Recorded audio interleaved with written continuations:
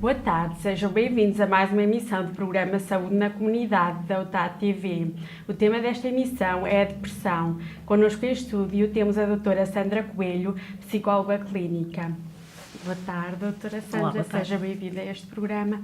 Assinala-se o Dia Mundial da Saúde, tendo como temática deste ano a depressão. O que leva, na sua opinião, ao aumento do número de pessoas com esta doença? Efetivamente, assiste-se neste momento a um momento de crise, quer a nível, portanto, a nível social, e efetivamente existe uma necessidade da parte da pessoa de ativar os seus recursos para fazer face a estas exigências. É verdade que só agora se começa a dar importância, efetivamente, a esta patologia, apesar dela já ser conhecida e já remontar há muitos anos, mas, efetivamente, havia um subdiagnóstico desta doença e que, neste momento, de facto, com a melhoria dos cuidados de saúde e da prestação de cuidados, efetivamente, assiste-se a uma frequência maior do aparecimento deste número de casos.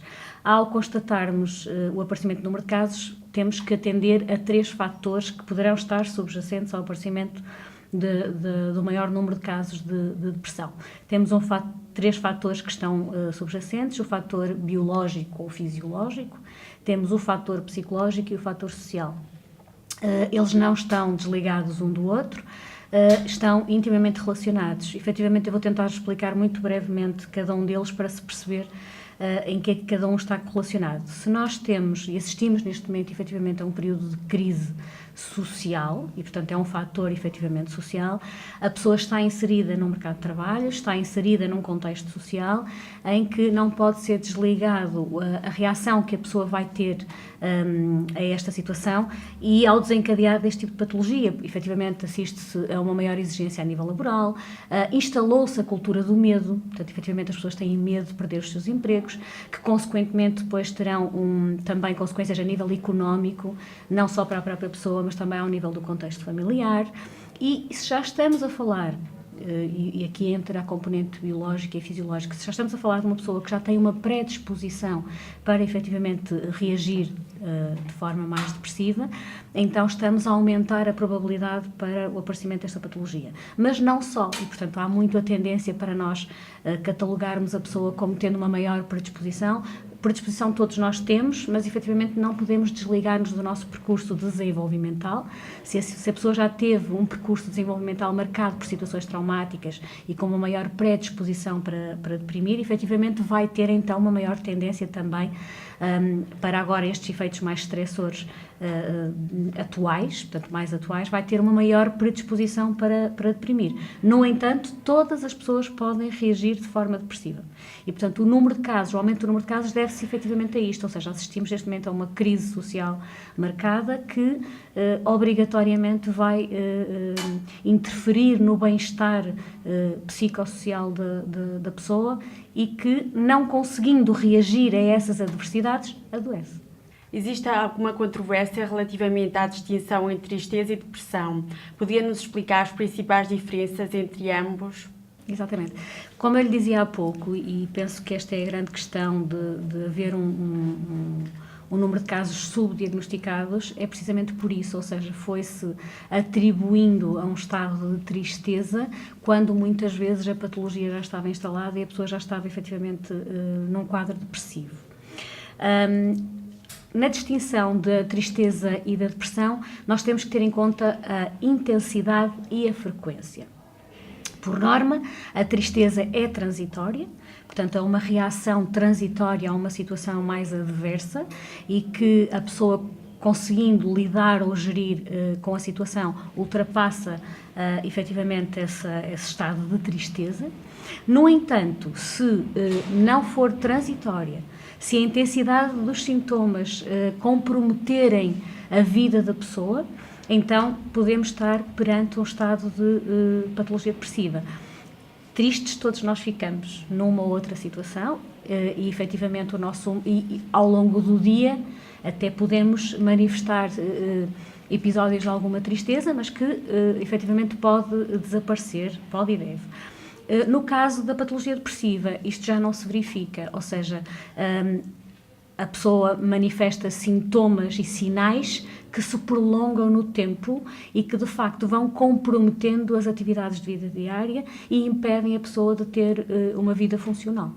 Quais as formas de tratamento desta doença? Eu se calhar passaria para essa fase porque efetivamente importa referir a grande questão da depressão são os sinais e os sintomas. Eu não queria passar para o tratamento sem percebermos claramente quais são os sinais e os sintomas de uma patologia depressiva, porque há muito essa dúvida na população em geral e eu não gostaria de sair daqui sem de facto deixar isto bem claro, porque nos permite fazermos um diagnóstico de uma forma mais clara. Porque, efetivamente, também tem essa questão. Muitas vezes já há dificuldade em diagnosticar este tipo de patologia, por se confundir, efetivamente, com a tristeza e com outras patologias que estão associadas, nomeadamente a patologia ansiosa, mas, efetivamente, estas pessoas começam a manifestar sinais no seu dia-a-dia e sintomas, quer eles externos ou internos, porque quando estamos a falar de uma doença de foro mental, há muito esta questão de não ser uma doença visível fisicamente e, portanto, não é tão fácil de diagnosticar como uma doença do foro físico. Portanto, sendo uma doença de foro mental, muitas vezes a pessoa guarda e vive estes sintomas de uma forma mais isolada e mais só. E aqui surge efetivamente o tratamento e a ajuda que podemos dar é que se a pessoa perceber que de facto vai haver ou está a haver um comprometimento no seu bem-estar, ela não manifesta só um humor deprimido, mas manifesta um desinteresse generalizado pela própria vida, não só pelos seus acontecimentos de vida, mas pela vida em geral, é efetivamente necessário que atuemos aqui numa vertente mais preventiva e que ela procure ajuda. As duas ajudas que estão de facto preconizadas para este tipo de patologia é a ajuda psicoterapêutica e a ajuda farmacológica. Como estamos a falar de uma doença que envolve aqui a questão da dificuldade ao nível dos próprios neurotransmissores, temos que atuar ao nível dos antidepressivos. Mas se estivermos a falar, e aqui a grande distinção entre uma depressão leve e moderada, há muito a tendência para medicar no imediato. Isto é efetivamente errado, porque devemos aqui atuar ao nível da psicoterapia, ajudando a pessoa a adquirir outras formas de olhar para efetivamente as dificuldades que se lhe apresentam e muni-la de estratégias mais adaptativas para fazer face às adversidades. Se efetivamente percebermos, isto já numa situação de uma depressão mais grave, se de facto a pessoa já não for capaz ela de usar recursos internos para fazer face à situação, então associamos a terapêutica medicamentosa com a toma de antidepressivos, que deve ser sempre adequada à pessoa que está à nossa frente, efetivamente. Obrigada, doutora Cetra, pela participação no programa. Obrigada. Quanto a vocês, por hoje é tudo. Fiquem atentos ao próximo programa de saúde da UTAD TV. Um resto de uma boa semana.